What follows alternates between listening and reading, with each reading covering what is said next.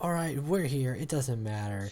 Somebody had to spend another 30 minutes watching the advertisements of TNA. Look, support the company, alright?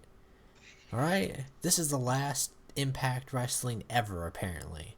And you're gonna complain because you had to wait another 30 minutes on Pop to watch ads? You know who needed that ad revenue? TNA. Bobby Roode from 5 years ago. William Corgan. That him too. You know what? Well, Billy Corgan doesn't need the money, but I mean, No, he has Smashing Pumpkins. yeah, he's smashing pumpkins right now. You think he makes money off that? Yeah. He smashes a pumpkin. Do you know makes how money. much freaking revenue you get from music, even if it's been around 30 Royalties. years? Yeah. Freaking, that's why Shawn Obviously Michaels too can much, just. That's why Shawn Michaels especially can with just Smashing chill. Pumpkins. Just t-shirt sales. If they had a Billy Corgan t-shirt, I'd buy it. Anyways, yeah. Malin, tell us about how you viewed Impact. Zach didn't like it. I thought it was decent. I didn't like the ending. I thought it was decent though. I didn't like the ending. I thought it was decent. I feel like the last couple were better than it, but I still think it was okay. Why don't I Yeah. like Impact? And now someone said this was I recorded. didn't like. Someone said this was recorded August 18th, right? It was That's Zach, what right? I said. That's crazy. Like, I thought it was gonna be live. Usually they try to have the one before the pay-per-view, especially the big pay-per-view, live. But Especially when they're not going bankrupt. I don't know. This is a very awkward time for TNA, especially because things I've read online with people who have done interviews for TNA superstars that apparently, like, those interviews have had to get cut. So I don't know. But anyways, let's talk about the actual show. We kick off with the champ, Lashley, and trouble. I'm not singing that song at all. Please don't sue me, WWE, when you own TNA. Anyways, EC3 is out there. They were like, hey guys, we're gonna get people to be part of our team. And the teams were like Moose, Aaron Rex, Gail Kim, and who else? EC3. And EC3. I thought there was 5 people. Supposed to be. I guess it was just a 4-on-4. Yeah, so Yeah, that was the 4-on-4. team of EC3. Lashley had himself, Mike Bennett, Maria Kanellis Bennett, and Drew Galloway. So yeah, there's that team. So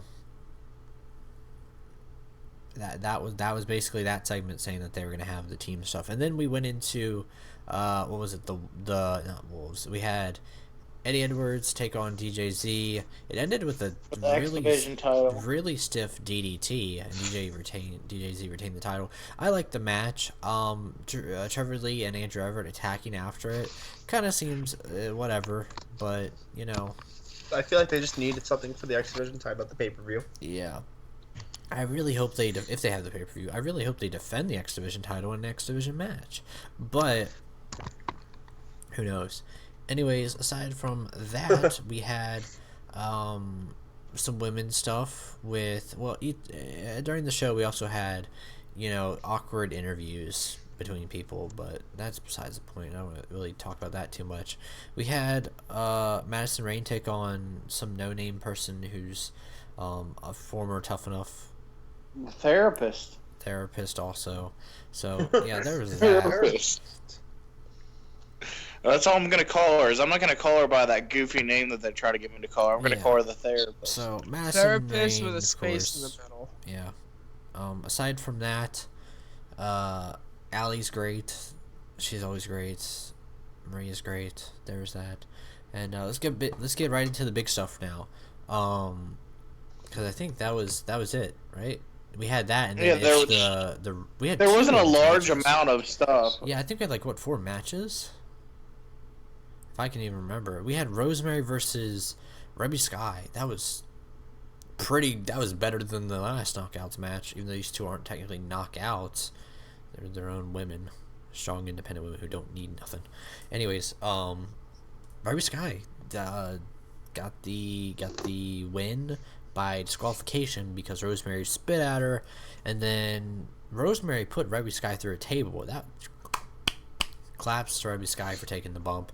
Then in the parking lot, we had a full-on brawl between Decay and the Hardy Dynasty, family, legacy, whatever you want to call them, because by God, Brother Nero looks like he nearly snapped his neck with that chair spot by Crazy Steve, and Abyss has ear bitten, and then there's a reference to who did they reference? Glorious, yes, there was a Glorious reference. Of course, to Bobby Roode, Robert Roode, whatever you want to call him. So, we had it end with Broken Matt Hardy being electrocuted by Abyss, and so Decay had the final laugh there. So, there was that. Final laugh. Bad Guys kind of, really got the last laugh on this show right before Bound for Glory. So, which only means one thing. The bad guys go over to the demise of TNA. No, but I was going to say the other way That's around. exactly what it is. No. Anyways, the big Lethal Lockdown match, right? Try again, Zach. The big Lethal Lockdown match, right? Was I right? Yeah. That's what the match was called. That's literally the next. The 4 on 4, the main event. I'm trying to think real quick. Oh yeah, we had an Eli Drake and Tyrus segment because they were talking about the Bound for Gold. I really hope Eli Drake, which is apparently still happening. Yeah, I was really surprised about that one still happening.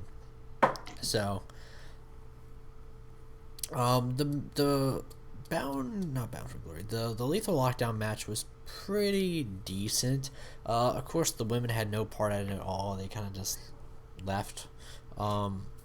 Everybody kind of just died by the end where Lashley choked out EC3. I have a problem with that because they kind of just said, oh, at any moment Lashley can choke the heck out of EC3 and that's the end of it. Especially because, guess what? Haha, it's a no-holds-barred match. So, yeah, Lashley's team won. Lashley got to say the match was going to be no-holds-barred. So, who really knows? In terms of a final impact, if that is true, sadly, what would you guys give it, Mullins?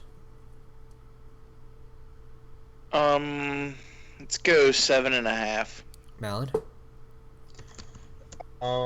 6. Aloha? 4 1/4. 4 1/4. I'm gonna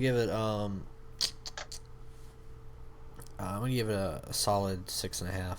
Sadly, because there just wasn't enough action to justify some of the stuff. I feel like.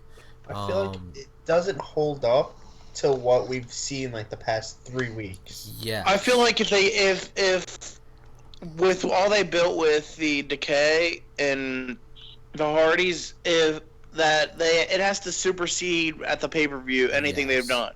Yes, and it can't be inside the pay-per-view. Like, this has to be something that we see. They have to honestly go to Universal Studios. They have to like walk around the whole building and beat each other up. Like, they have to.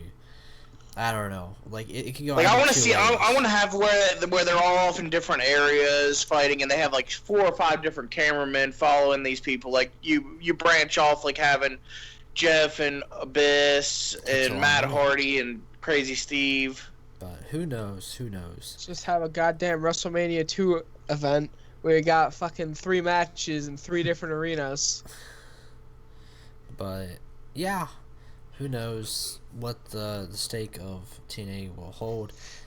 I, for one, am going to be really sad if TNA dies because it's good for the wrestling industry, and as I've said before, sometimes it's the highlight of the wrestling week because WWE tries to compete with itself too much, and that's why SmackDown's good.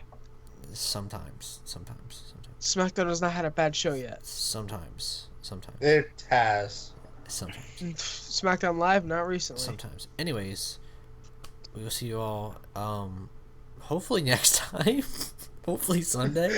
Or I might be making a video tomorrow. Like, I don't know. So